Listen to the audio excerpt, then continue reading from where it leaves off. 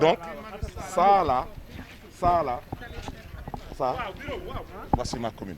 Mais, est-ce que quelqu'un peut m'expliquer? C'est le même promoteur.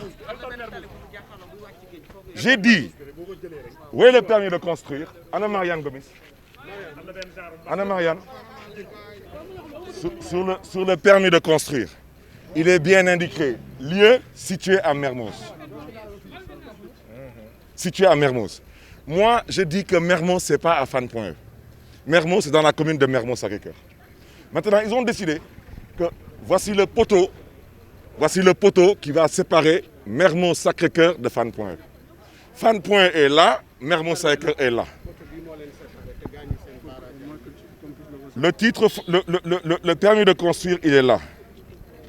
Vous voyez quoi? Vous voyez un numéro de titre foncier. Vous voyez situé où? Depuis quand est-ce que Mermoz est dans la commune de Fann-Point E? Et depuis quand est-ce qu'un poteau de courant ou un poteau, je ne sais pas de quoi, peut délimiter une commune?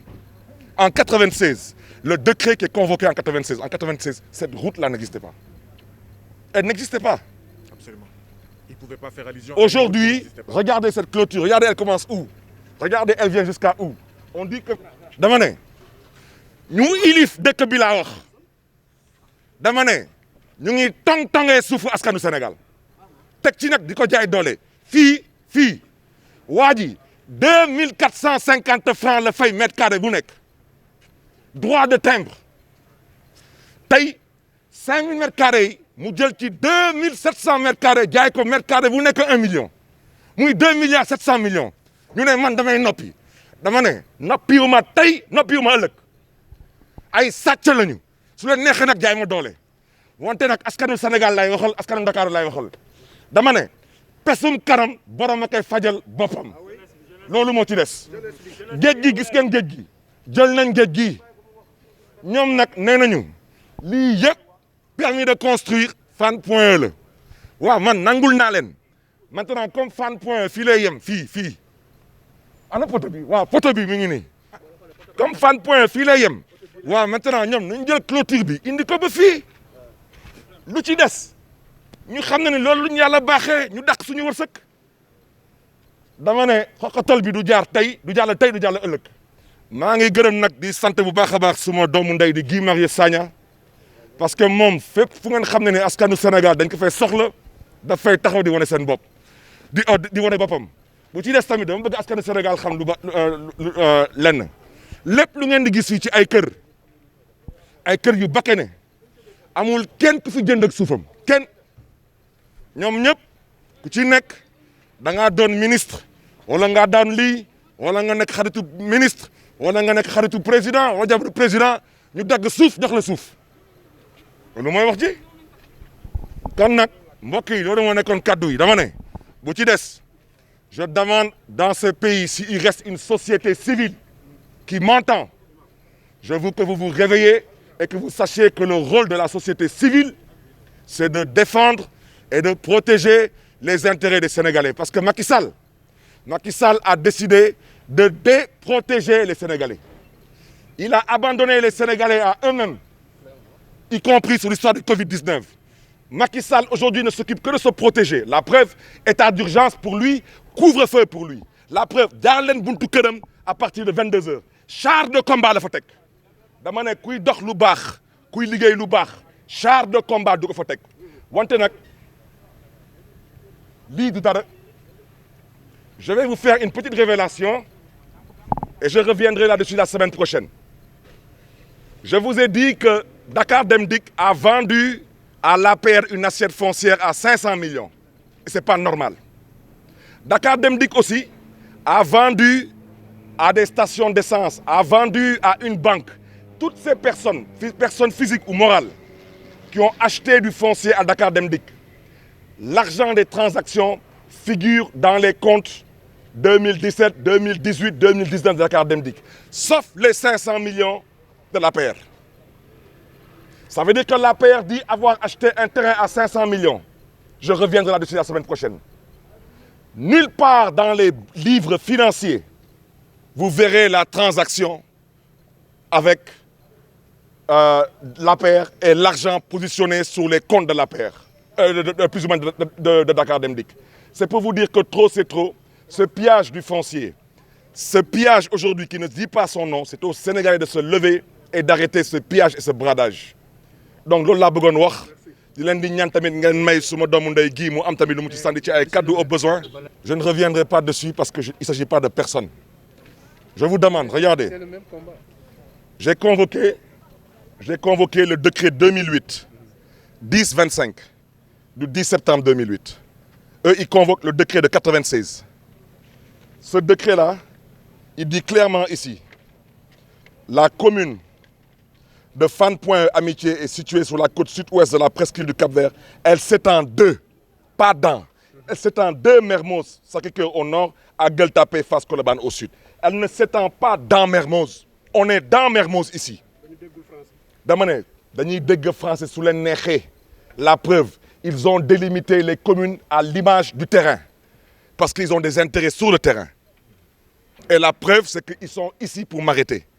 Mais les policiers qui savent qu'ils sont ici, là, savent très bien que je ne prêterai pas le flanc. Le flanc, c'est que les gens pensent que je vais sur le terrain. Ça, c'est le combat du peuple sénégalais. Et ce combat, il aura lieu.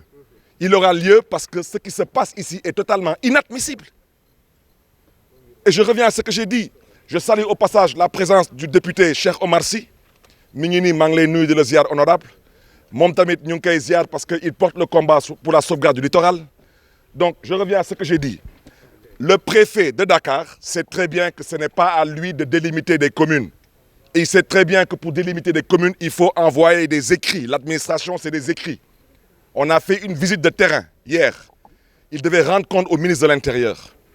Et ensuite, on devait tous nous informer par écrit. Ce matin, on reprend le travail. C'est comme la construction du siège de l'APR la nuit. Il n'y a que les voleurs qui travaillent la nuit en grande partie et qui se cachent.